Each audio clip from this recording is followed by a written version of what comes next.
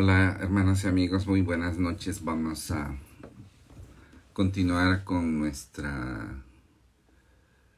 este caminar en el desierto cuaresmal en esta semana ya previa a la Semana Santa. Vamos a poner en intención de oración que el Señor nos prepare. Ya también estamos en vísperas de la Jornada Nacional de Penitencia que los señores obispos nos han invitado aquí en México para realizar. Una jornada nacional penitencial que consistirá en la práctica del ayuno, la abstinencia, las obras de misericordia. Entonces mañana en México, toda la Iglesia mexicana nos unimos para vivir juntos esta jornada penitencial nacional. Vamos a invocar al Espíritu Santo, que es el que impulsa siempre hacia el desierto, en donde Dios nos habla al corazón y en donde nosotros también libramos esa batalla contra las tentaciones que nos hacen caer en el pecado. Ponemos en las intenciones también a todas las personas que se han enfermado. Quizá ya esta situación del coronavirus esté ya cerca de nosotros, algún conocido, algún familiar, a todos ellos, a las familias también que sufren con ellos, a las personas que han fallecido, a todas las personas también que cuidan a los enfermos. Vamos a pedir a Dios por ellos.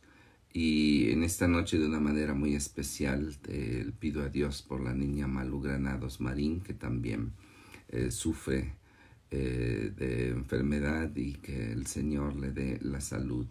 Pedimos todos por nuestros familiares, amigos que están enfermos y también por nuestros difuntos. Que el Espíritu Santo, que es Señor y dador de vida, bendiga a todos quienes están enfermos y les dé la salud y la paz. Que conduzca al reino de Dios a quienes han fallecido y fortalezca y dé sabiduría a quienes los atienden. Ven Espíritu Santo, llena los corazones de tus fieles y enciende en ellos el fuego de tu amor. Envía, Señor, tu Espíritu y todo será creado y se renovará la faz de la tierra. Oh Dios, que has iluminado los corazones de tus hijos con el Espíritu Santo, Espíritu de verdad, Espíritu consolador, Espíritu de vida. Te pedimos que derrames tu Espíritu Santo sobre todos nosotros, sobre tu Iglesia, sobre toda la humanidad. Que Él nos dé ese fruto que anhelamos siempre en nuestro corazón, amor, una serena alegría, paz y paciencia. Por la intercesión de nuestra Santísima Madre, que es salud de los enfermos, bendice a quienes están enfermos, bendice a la niña Malú, bendice a todos nuestros familiares y amigos, bendice a todos quienes participamos también en este encuentro de familia que son nuestros ejercicios. Que nuestra vida sea siempre guiada por tu Espíritu Santo, así como Jesús vivió. Te pedimos que nos des sabiduría y fortaleza, que reavives en nosotros sus dones y en nuestra vida también se dé su fruto. Te lo pedimos por tu Hijo Jesucristo nuestro Señor. Amén.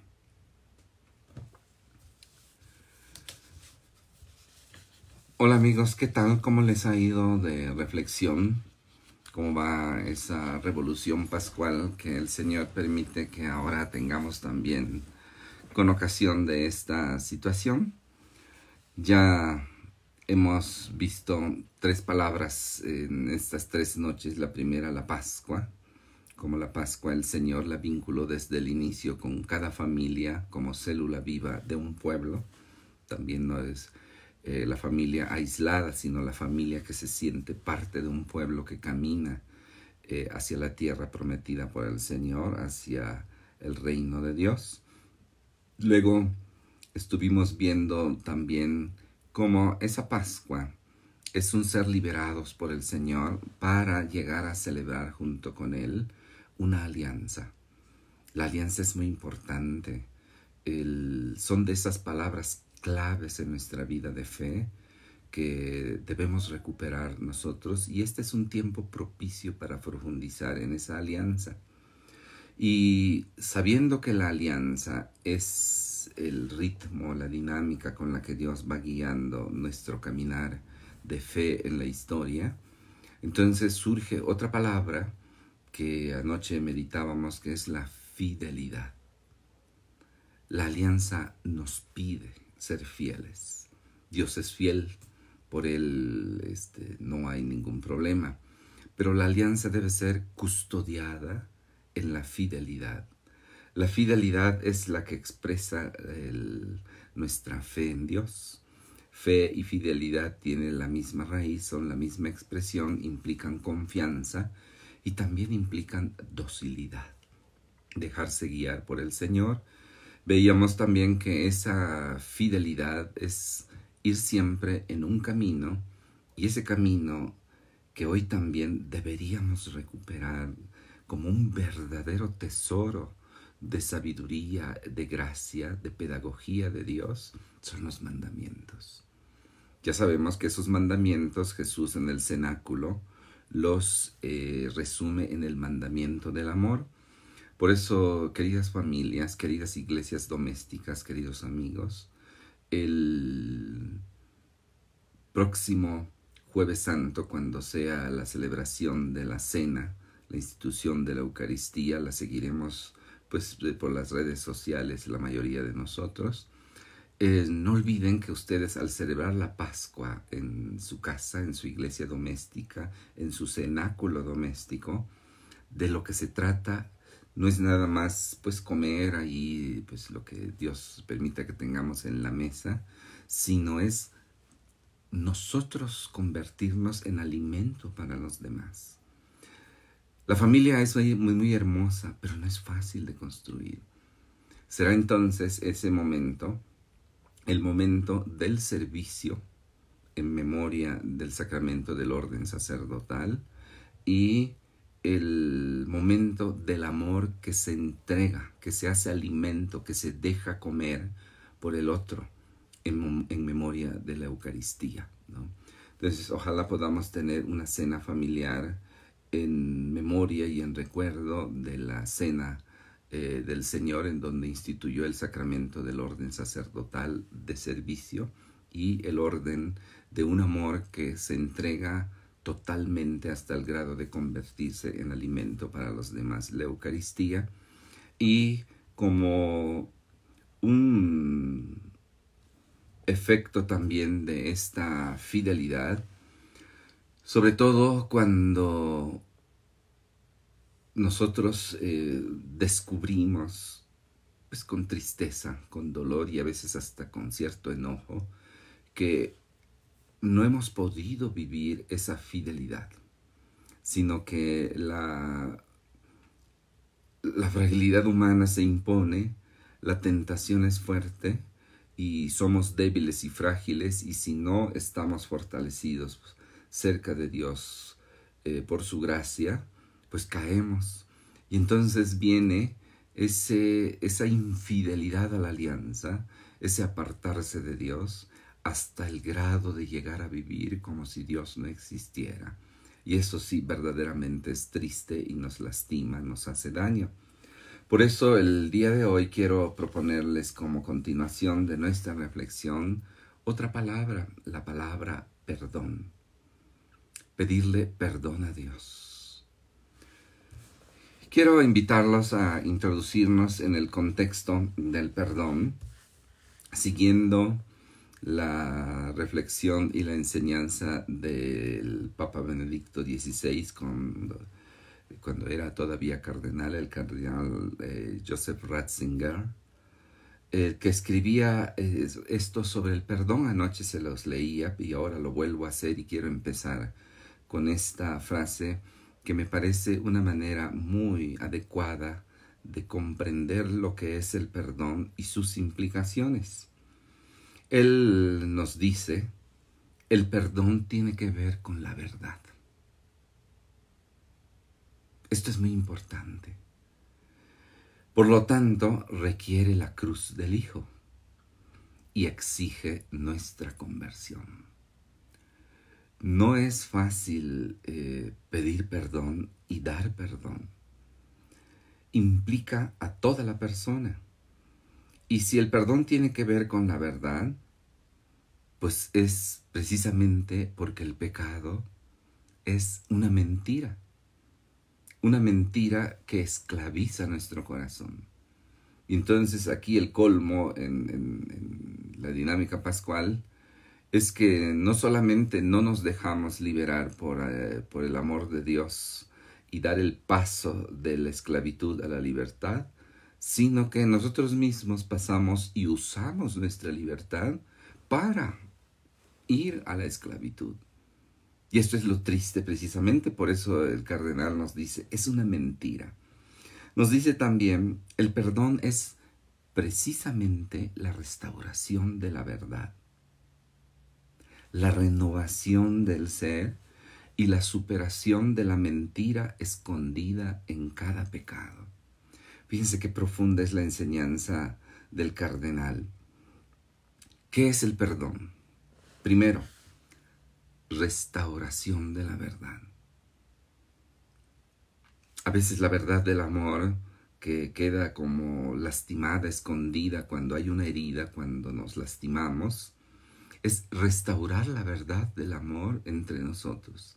Qué necesario es esto en la familia, sobre todo cuando, pues, a veces por esa misma fragilidad, nos damos cuenta que nos peleamos por cosas que a veces ni valen la pena. Y cuando ya nos metemos en este callejón sin salida del pecado, pues ya no sabemos cómo salir. Nos cuesta tanto. Segundo, la renovación del ser. Ay, qué terrible es andar como pípila por la vida, ¿no? Cargando la pesada losa de un pecado, de mis pecados, y no dejar a Cristo liberarme de esa carga. Vengan a mí los que están cansados con su carga, yo les daré descanso. Es una invitación del Señor que comprende cómo somos aplastados y esclavizados por la mentira que se esconde en cada pecado. Tercero, precisamente, dice el cardenal, perdonar es superar la mentira escondida en cada pecado. Pecar es atarse a una mentira, es dejarse aplastar por la losa de esa culpa de la que Dios quiere liberarnos. No cabe duda que para Dios el tema central, el gran tema que expresa y refleja la verdad y grandeza de su amor es el perdón.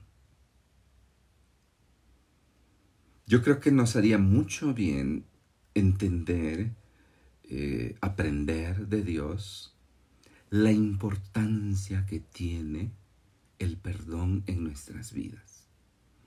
Yo a veces me lamento mucho de que hay cosas tan bellas y tan importantes en nuestra fe que no sé por qué no nos las enseñaron. Y no las sabemos y menos las vivimos todavía. No sentimos la atracción hacia esa belleza y al ignorarlas o no saberlas, pues entonces cualquier otra cosa se nos hace buena y si nos acostumbramos a ello, peor todavía, porque entonces hasta se nos hace normal. Todo el mundo lo hace, no tiene nada de malo y todo, y entonces el diablo con sus tentaciones nos va cegando. Y Jesús nos enseñó a vencer esa ceguera con la palabra de Dios. Para Jesús, el tema del perdón del pecado es importantísimo. Da su vida para el perdón de los pecados. Jesús se presenta ante nosotros como el camino, la verdad y la vida. Y Él nos dice en el Evangelio precisamente que la verdad nos hace libres. Jesucristo nos hace libres. Jesucristo es el liberador.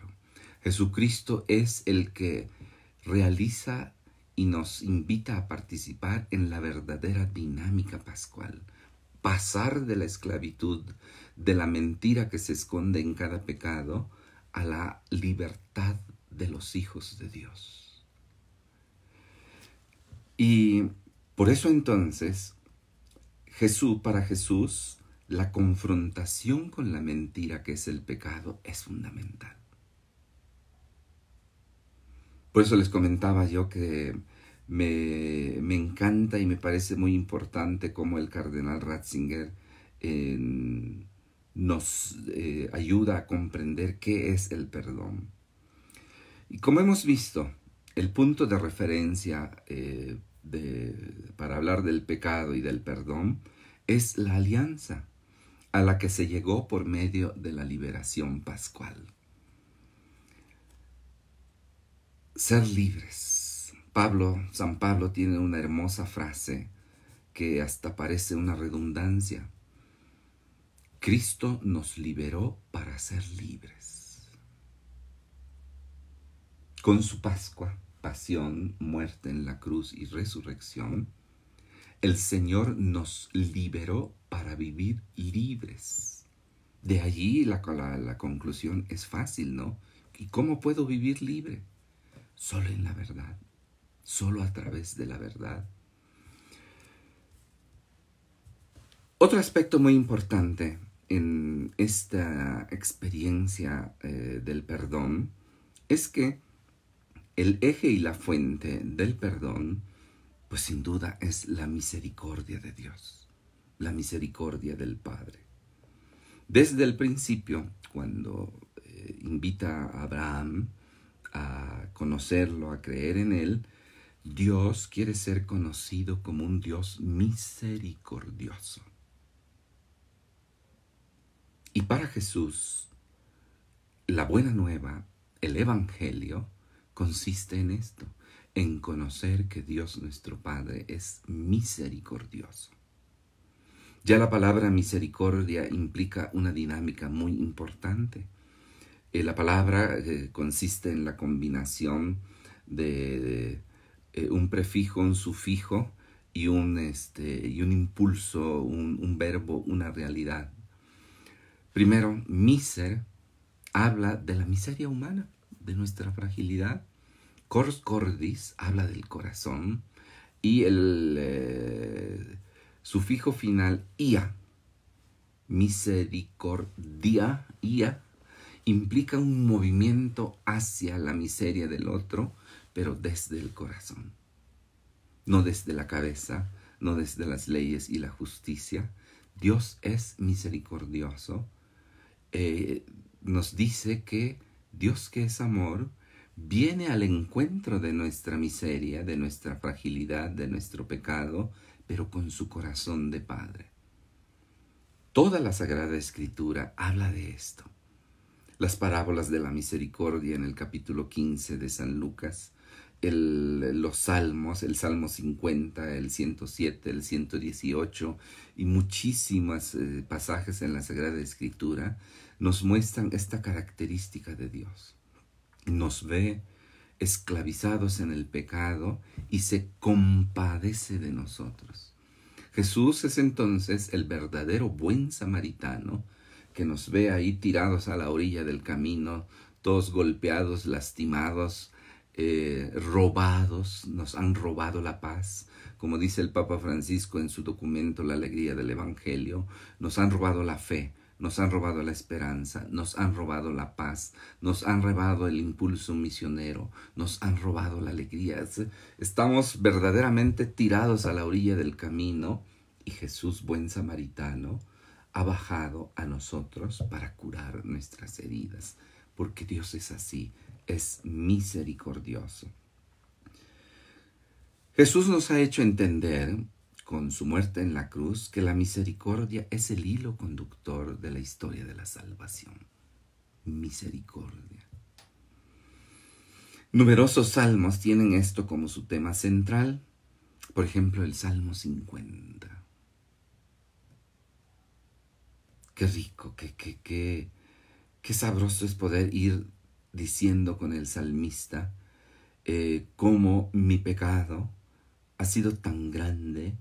Voy cayendo en la conciencia de haber faltado, de haber sido infiel a la alianza con el Dios bueno, el Dios amor, y eso produce en mí un dolor que me hace humillarme, ser humilde ante Dios, reconocer mi pecado y proclamar su misericordia y pedirle perdón con confianza.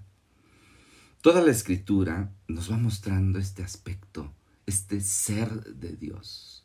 Misericordia no es nada más un calificativo de Dios, sino es su ser mismo. Así quiere que lo conozcamos.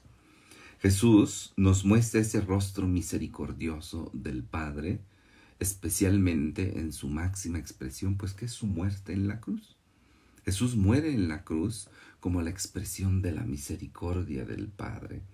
San Juan, el discípulo joven, él mismo que se abre al amor de Jesús, un amor misericordioso, hará una supersíntesis de esto cuando nos enseña que Dios es amor. Me recuerda una homilía de San Juan Pablo II que decía él que si por alguna misteriosa razón desaparecieran todos los libros en el mundo, pero la gente supiera Dios es amor, dice, no habría problema. Esto es lo que hay que saber de Dios. Dios es amor. Se ha compadecido de nosotros por su misericordia, ha visto nuestros sufrimientos, ha bajado a liberarnos, haciéndonos pasar del pecado a la gracia, a la amistad con Él, de la esclavitud a la libertad, de la muerte a la vida, y nos ha dado su vida en una alianza definitiva y perpetua con la Pascua de Jesús. ¿Cuánto necesitamos profundizar en esto? Que no solo sea una verdad de catecismo. Sí, ahí dice en el catecismo y en la Biblia. Sí, ahí lo dice sin duda. Pero no se dice ahí nada más para que pues ahí esté escrito ya. Esto, como prometió el Señor al profeta Joel, debe estar escrito en nuestro corazón, no en tablas de piedra o en libros de papel o libros digitales. Mi corazón, tu corazón, es el lugar donde está escrito por Dios esta maravilla de su misericordia. Jesús, en el capítulo 10 de San Juan, nos da la razón de su vida, de su venida. ¿Para qué vino Jesús? ¿Para qué el Verbo de Dios, el Verbo eterno como el Padre, se hizo hombre, asumió nuestra naturaleza humana? Él mismo nos da la razón. Vine para que ustedes tengan vida y la tengan en abundancia. Vine para hacerlos pasar de la muerte a la vida. Si ya los liberé, oigan, no regresen a la muerte, no regresen a la esclavitud. Ni siquiera es inteligente, ¿no les parece? Esa vida que Jesús da viene de Dios. Y es una vida que brota del amor. Viene del Espíritu Santo. Qué bello es cuando en el credo decimos, creo en el Espíritu Santo, Señor y dador de vida. Y la vida que el Espíritu Santo da es Cristo, vida nueva en Cristo, agua viva en Cristo. Todos deberíamos leer y aprender de memoria los capítulos del 13 al 21 de San Juan, que nos introduce en ese amor de Jesús. De verdad, yo los invito. Ojalá tuviéramos la oportunidad de hacerlo juntos, pero no es tan fácil. Capítulos del 13 al 21 de San Juan. Es lo más bello que se ha escrito del amor de Dios como entrega total.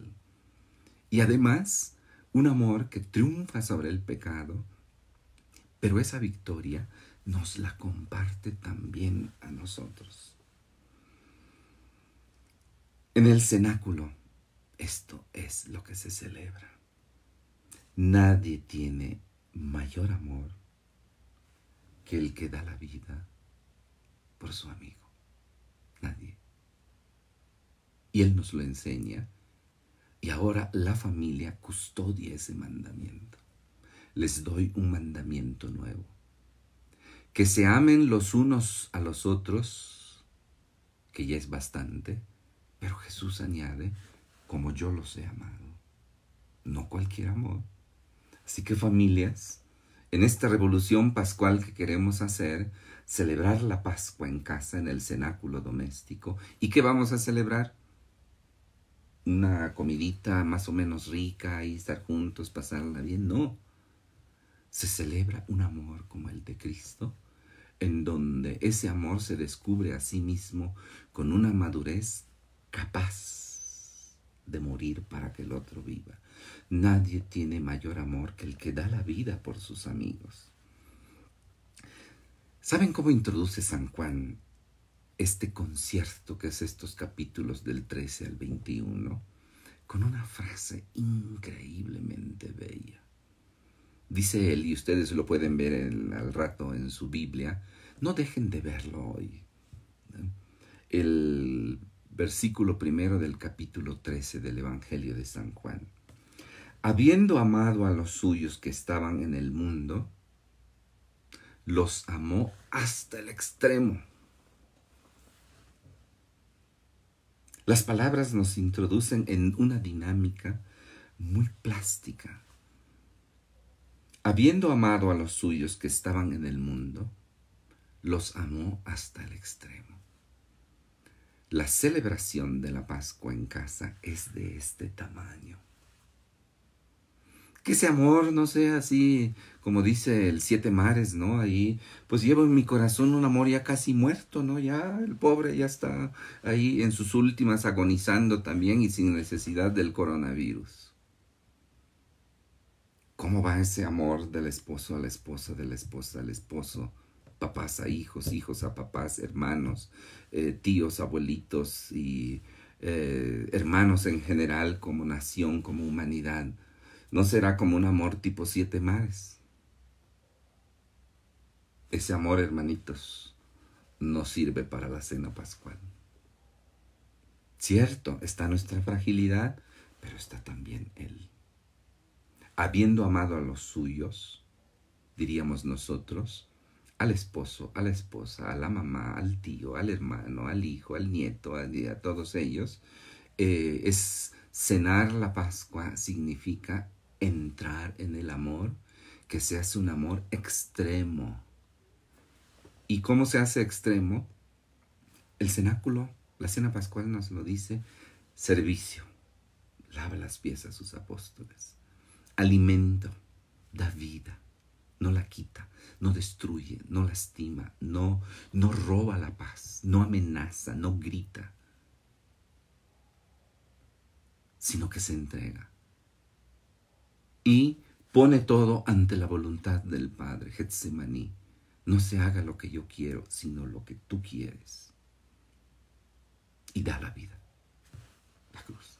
Eso es lo que celebramos en Pascua. Ahora bien, ¿para qué? El perdón es fruto de ese amor hasta el extremo. Cuando no amamos hasta el extremo, ay, hermanos, no sabemos, no podemos ni pedir perdón, ni dar perdón. Sin embargo, esto es tan importante. Solemos hablar del perdón de Dios, y es cierto. Es lo fundamental, porque Dios es misericordioso, es cierto. Sin embargo, cuando celebramos hace 3 años el año de la misericordia, el lema era misericordiosos como el Padre. ¿Se acuerdan ustedes de aquel canto muy bello? Misericordiosos como el Padre. Es decir, que la misericordia, el perdón que se da, diríamos, es como una moneda. Por un lado, la misericordia del Padre que se nos ha dado en el Hijo y que el Espíritu Santo nos hace experimentar el perdón de nuestros pecados en el sacramento de la confesión, por ejemplo. Pero la cosa no queda ahí, está el otro lado. Es bueno y es oportuno, necesario, sano, importante, fundamental, vital, enfocar de entrada que este tema que es tan importante para Dios, Dios nos pide que también sea importante para nosotros. Que nosotros podamos también aprender a amar con una madurez tal que nos acostumbremos a hacer que nuestro amor vaya hasta el extremo, porque el perdón se mueve en ese extremo. Que movidos y sostenidos por la gracia, porque a nuestra humanidad escapa esa capacidad, pero con la gracia de Dios sí se puede, podamos llegar hasta a perdonar a nuestros enemigos, lo cual, hermanos, les decía anoche que somos expertos en ello, ¿no? Sencillamente excede nuestra capacidad humana o un amor simplemente humano. Así que en conclusión, el perdón no es solo de allá para acá. Señor, perdónanos, hemos pecado y todo. No, no, no, hay otro aspecto. También nosotros tenemos que aprender a ser misericordiosos y a perdonar o a pedir perdón. Dice el Padre Nuestro en el centro cuando estamos orando a Dios, perdona nuestras ofensas, como también nosotros perdonamos a los que nos ofenden, a los que nos han lastimado, a los que no han sido fieles a la alianza. Perdona nuestra infidelidad como nosotros perdonamos a los que son infieles con nosotros. Dice un autor que, expresado de otra manera, caigamos en la cuenta que le estamos diciendo a Dios. Padre, no me perdones mis pecados, si yo no perdono también. ¿Qué les parece? ¿Peligroso o no? Yo creo que si caemos en la cuenta de lo que decimos, no me perdones mis pecados si yo no perdono también. Órale, así de importante es el perdón. Quizá la evangelización y catequesis que hemos recibido nos ha mostrado un solo lado de la moneda, lo decíamos también anoche en el escrito del cardenal Ratzinger. Dice, ese Cristo bonachón, bondadoso, así que se derrite como miel y todo. Oigan, ese Cristo, cuidado, no es del Evangelio, lo hemos creado nosotros porque nos conviene. El Cristo sin su santa ira, decía el cardenal, ¿no? Es decir, para todos nosotros no hay duda. Dios es bueno, compasivo, misericordioso, siempre perdona, no se cansa de perdonar, y es cierto. Pero está el otro lado de la moneda. No se nos ha insistido lo suficiente en que esto también se expresa en una de las expresiones más fuertes de la alianza. Si Dios perdona, yo también debo perdonar. Jesús pone esto en el centro de la nueva y definitiva Pascua, de la nueva y eterna alianza. Cuando vamos a la misa, ¿cómo deberíamos escuchar las palabras de la consagración? Porque son palabras de evangelio que en ese momento que se pronuncian por el sacerdote se cumplen. Es una maravilla esto. Cuando el sacerdote pronuncia en nombre de Cristo estas palabras que están en el Evangelio, en ese momento se cumplen. Este es el cáliz de mi sangre. Sangre de la alianza nueva y eterna, que será derramada por ustedes y por muchos. ¿Para qué? Para el perdón de los pecados. Por eso murió en la cruz, para que nuestros pecados sean perdonados. No sé, ¿cómo ven ustedes? ¿Qué tanta gratitud deberíamos tener hacia el Señor Jesús? Gracias Señor, ¿no? Como dicen allá en el norte, ¿no? Gracias al güero Chuy que nos salvó, ¿no? Y órale, yo soy amigo del güero Chuy, suelen decir por allá. Está bien, ¿no? Claro. Pero se dan ustedes cuenta, tenemos que pedirle al Espíritu Santo que nos ayude a caer en la cuenta de lo que Él ha hecho por nosotros. La razón de Jesús para asumir su Pascua, su pasión, muerte y resurrección, es el perdón de los pecados. ¿Cómo hace Jesús esto? San Atanasio tiene una frase muy importante en este sentido. Nada es redimido sino lo que es asumido. Cuando yo digo que Cristo me redimió, cuando decimos que Cristo nos redimió, queremos decir y tenemos que caer en la cuenta de ello, Él asumió mis pecados. Y espero el día de mañana, que es nuestro último día de ejercicios, poder hablarles un poquito más de esto. Pero el espíritu de estos días nos impulsa y nos lleva a caer en la cuenta. Necesitamos pedirle al Espíritu Santo que nos ayude a percibir la dimensión real de la entrega de Jesús por nosotros. Jesús entonces, para poder redimirnos, tuvo que asumir los pecados de todos. Los míos, los tuyos, los de nosotros, los de ayer, los de hoy y los de mañana, de toda la humanidad. A ver si mañana podemos profundizar un poquito más en esto, porque de verdad es algo muy importante. Jesús, y lo enseña la palabra de Dios, no pecó. Se hizo pecado, que es muy diferente, dice San Pablo. Y cuando San Pablo dice esto, quiere decir, Él asumió todos mis pecados, por lo tanto, yo también estoy involucrado en la cruz de Jesús, en la Pascua de Jesús. Yo estoy ahí en Él por mis pecados, para que mis pecados puedan ser perdonados, porque nada es redimido sino lo que es asumido. Los míos, mis propios pecados, esos que están escondidos, Él los ha asumido. La redención me incluye a mí. Jesús asume mis pecados. El fruto del pecado es la ausencia de Dios, y esta es la terrible y verdadera muerte.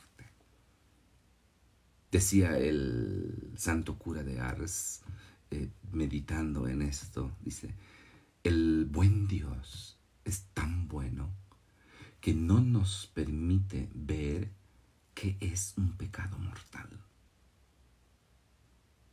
Porque si nosotros en nuestra humanidad alcanzáramos a ver qué es un pecado mortal, haber ofendido a mi Dios, a mi Padre, a mi Creador, a mi Redentor, al Espíritu Santo, es tan absurdo y tan nauseabundo que moriría al instante. No podría yo resistir si pudiera yo percibir qué es la ausencia de Dios. Sin Dios no hay vida, nada se sostiene. Y cuando digo un pecado mortal, cometí un pecado mortal, eso sí que es un coronavirus, porque ese de verdad me mata. Y aunque parece que ande yo por aquí muy feliz, aquí muy cómodo y todo, no pasa nada, pues sería, yo diría, como una especie de Walking Dead, ¿no? Estoy muerto. Pecado mortal. Y no es ni obsesión ni nada, no, es realidad. Me aparté de Dios. ¿Para qué sirve, dice Jesús, un sarmiento que no está unido a la vid? Para nada. Está muerto. Solo sirve para que lo quemen, dice él. ¿Y cómo presentarme ante Dios? El tiempo se hace corto, pero el día de hoy quisiera invitarlos a tomar el libro del profeta Daniel. En el capítulo 9, les doy también unas citas para que profundicemos en eso. Pueden ustedes leer, por ejemplo, en el libro del profeta Nehemías, capítulo 1 y 9, Baruch 1 y 2, y pues desde luego la parábola del hijo pródigo, que es la aplicación de Jesús en esta situación. ¿Y cómo le hago para pedir perdón a Dios? ¿Cómo me presento ante Dios? Pues yo diría que tiene mucho así como de telenovela. Decirle a Dios, no eres tú, somos nosotros. Todas estas confesiones, esta toma de conciencia del pecado, me parece que son ejemplares y se resumen todas ellas, estas son del Antiguo Testamento, cuando San Lucas nos dice en el capítulo 15, en la parábola del hijo pródigo, a media parábola, y entrando dentro de sí, se dijo, he pecado contra el cielo y contra mi Padre. Vamos a escuchar, aunque sea así muy rapidito, lo que nos dice el profeta Daniel. El primer año de Darío, historia. No son invenciones, obsesiones, fijaciones o cosas por el estilo. Hijo de Asuero de la raza de los Medos, que fue constituido rey, el primer año de su reinado, yo, Daniel, investigaba en los libros los números de años que según la palabra del Señor al profeta Jeremías, debía cumplirse sobre las ruinas de Jerusalén. Eran 70 años, la deportación en Babilonia. Y fíjense cómo empieza. Yo volví mi rostro hacia el Señor Dios para obtener una respuesta con oraciones y súplicas mediante el ayuno, el cilicio y las cenizas. Oré al Señor mi Dios y le hice esta confesión. Ah, Señor Dios, el grande, el temible, el que mantiene la alianza y la fidelidad con aquellos que lo aman y observan sus mandamientos. Dios es fiel. Nosotros hemos pecado, hemos faltado, hemos hecho el mal, nos hemos rebelado, nos hemos apartado de tus mandamientos y tus preceptos. No hemos escuchado tus servidores los profetas que hablaron a tu nombre a nuestros reyes, a nuestros jefes, a nuestros padres y a todo el pueblo del país. A ti, Señor, la justicia, tú sí eres fiel. A nosotros, en cambio, la vergüenza reflejada en el rostro, como les sucede en este día a los hombres de Judá, a los habitantes de Jerusalén y a todo Israel, a los que están cerca y a los que están lejos, en todos los países a donde tú los expulsaste, a causa de la infidelidad que cometieron contra ti. Sigue la lectura, que es preciosa. Nos enseña cómo pedir perdón a Dios, cómo presentarnos ante Él. Primero, declarar inocente a Dios. No eres tú, somos nosotros. A ti la gloria porque tú sí eres fiel. A nosotros la vergüenza. Como hijo de Dios, como hija de Dios, si tengo un pecado mortal, oigan, qué vergüenza, ¿no? Bueno, creo que así debería ser, ¿no? Pero hoy parece que la cosa ya no afecta tanto, pero eso no quiere decir que no sea cierto. ¡Qué vergüenza! He sido infiel a la alianza con mi Dios, con mi Señor, con mi iglesia, con mi vida, con mi familia, con mis hermanos, con la humanidad entera.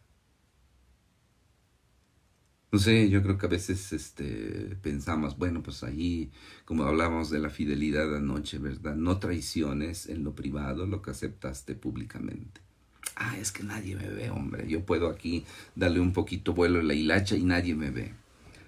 Pues sí, nadie te ve, nada más. El Padre, el Hijo, el Espíritu Santo, los miles de ángeles, los santos y todo el mundo pues te observa, ¿no? Qué vergüenza, ¿no? La vergüenza del pecado. Los invito a hacer estas lecturas porque de verdad el Salmo 50, por ejemplo,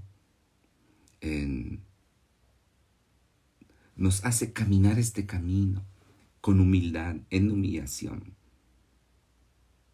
pero confiando en la misericordia de Dios, decíamos.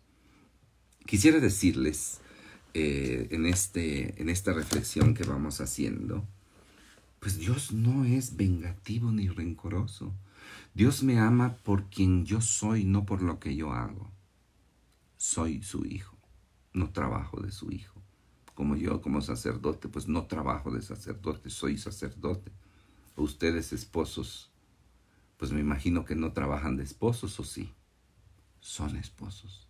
Ni trabajan de hijos o de hermanos y todo lo demás, ¿no?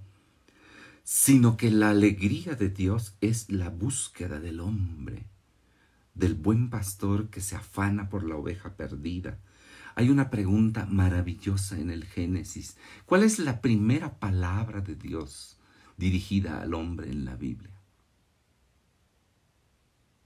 ¿Sí se la saben? ¿Dónde estás? ¿Dónde estás? Después del pecado, de la caída de Adán y Eva, cuando el diablo los tienta proyectando sobre Dios su maldad, su ser diablo, la pregunta de Dios es, ¿dónde estás? No estás donde te dejé, no estás donde debes estar. Y entonces empieza la búsqueda de Dios. Y esa pregunta del Génesis la podemos visualizar en la cruz. ¿Por qué estás en la cruz, oh Señor? Porque vine a buscarte. Porque vine a hacerte pasar de la muerte a la vida. Es el Dios que busca al hombre, a la mujer, al niño, al joven, al anciano, a todos nosotros. Dios tiene como alegría la búsqueda y el encuentro del hombre. Si no, podemos leer las 3 parábolas de la misericordia. Todo termina en fiesta. Dios es un Dios de fiesta y desde hoy podemos hacer nuestra la palabra del Padre cuando el Hijo pródigo regresa. ¿Y qué dice Dios? Hagamos una fiesta porque mi hijo estaba muerto y ha vuelto a la vida. Estaba perdido y lo hemos encontrado. Ah, qué tema tan bonito, ¿no? El de la alegría de Dios. Pero sin embargo, esto nos lleva a una pregunta necesaria en este tiempo. No olvidemos que en el cenáculo Jesús nos dijo algo muy importante y que debemos recordar en este tiempo. Oigan, ustedes están en el mundo, pero no se les olvide que no son del mundo. ¿Qué les parece? Hoy tendríamos que preguntarnos, ¿a poco hemos abandonado los mandamientos de Dios? ¿Los sabemos? A veces con cierta mala intención, cierta malicia, en alguna misa que celebro por allá, les pregunto a la gente, a ver, dígame los 10 mandamientos. No se lo saben. Si no sabemos los 10 mandamientos que son el camino de la alianza, ¿cómo voy a ser fiel a la alianza? ¿Has leído la Sagrada Escritura con amor, como palabra de Dios nuestro Padre?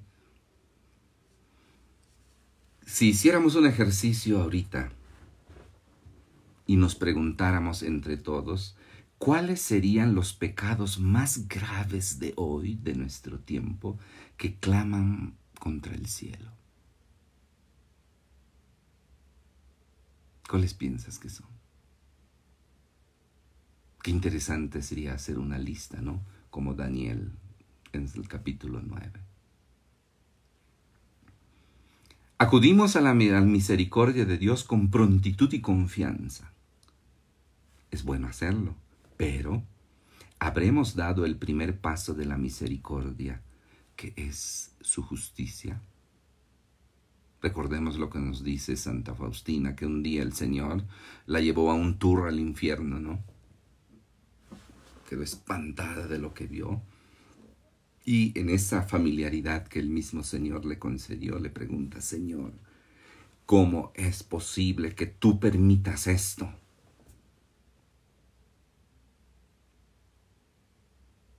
Dice ella que el Señor le respondió: no quiero esto. Mi misericordia no quiere esto, pero mi justicia lo exige.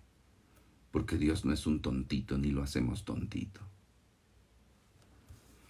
¿Con qué cara le pido yo a Dios misericordia, perdón, si no he sabido, corporativamente hablando, tanto personal, mi familia, mi pueblo, la humanidad entera, pedir perdón, por ejemplo, por cada asesinato de un bebé en el seno materno? Allá en internet pueden ver un abortómetro, ¿no? Es decir, que va midiendo cuántos abortos se están realizando. De aquí a esta plática que tenemos en este momento, no sé cuántos abortos han sucedido, y todos son asesinatos que claman al cielo. Por las desviaciones sobre la sexualidad humana, el alejarse del proyecto de Dios sobre el matrimonio. Hoy dicen por allá que ya se aprobaron no sé cuántos sexos, pero pasan más de 100. No, Dios solo creó 2. ¿No? Este es un pecado antropológico tremendo. Todas las desviaciones son un pecado trinitario, digo yo, porque cada hombre lleva la imagen y semejanza de Dios, y un pecado cristológico, porque Cristo es el modelo del hombre.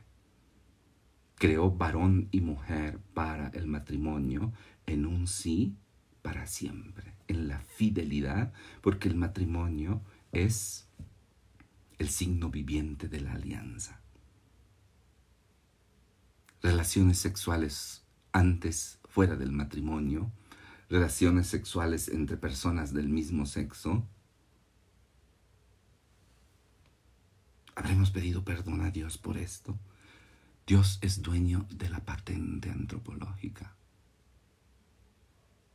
Nosotros solo tenemos una franquicia.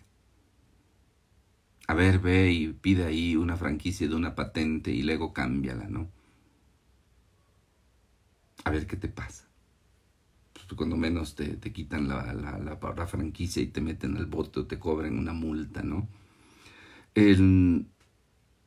Las actuales parodias sobre el plan de Dios, sobre el plan que Dios más ama, que es el matrimonio.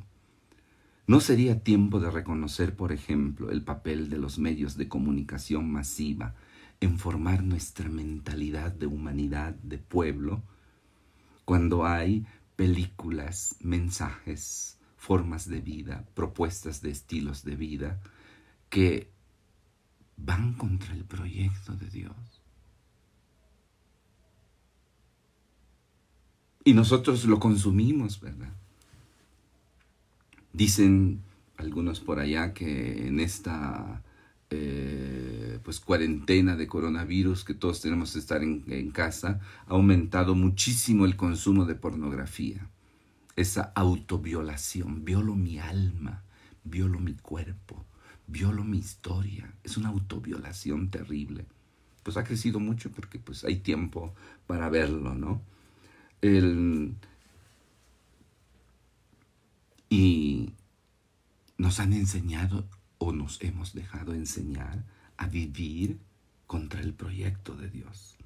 En resumen, podemos presentar nuestra súplica a la misericordia de Dios si no hemos hecho un profundo acto de contrición, como nos enseña el Salmo 50 y los textos que les he compartido. ¿No será también necesario reconocer como humanidad la soberbia de vivir como si Dios no existiera? Y ahora que estamos en crisis, sí, correr hacia Dios. ¿A quién más? Pero ¿no les parece que, honestamente hablando, hay que hacer un reconocimiento de nuestras ofensas a su alianza, infidelidad? Si no, sospecho que el Señor Jesús nos llamaría hipócritas, ¿no creen ustedes? La posibilidad de la condenación eterna como reconocimiento de parte de Dios del juicio que yo hice sobre su alianza es patente. Anoche se los comentaba. El juicio final, pues sí.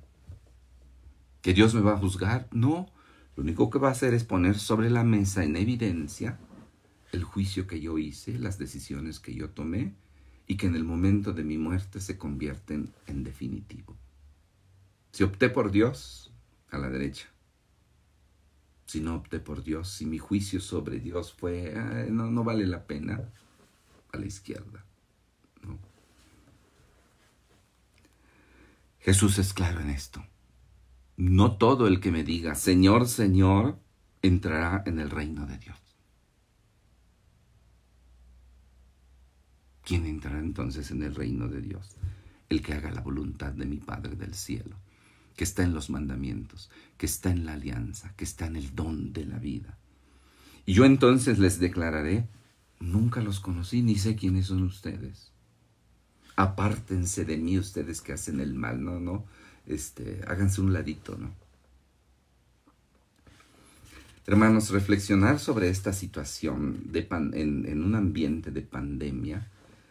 No quiero para nada darle un sentido de amarillismo, de una manipulación sentimental o religiosa, que damos que el perdón era cosa de verdad, y esta es la verdad. Ni estoy queriendo ahí manipular su conciencia, así, crearles sentimiento de culpa, no, hay cada quien, ¿no? Sino que esto que hacemos, reflexionar sobre esto, sobre la verdad, la crisis convierte esto, la crisis misma es una petición de sentido. Todo lo que está pasando pide un sentido.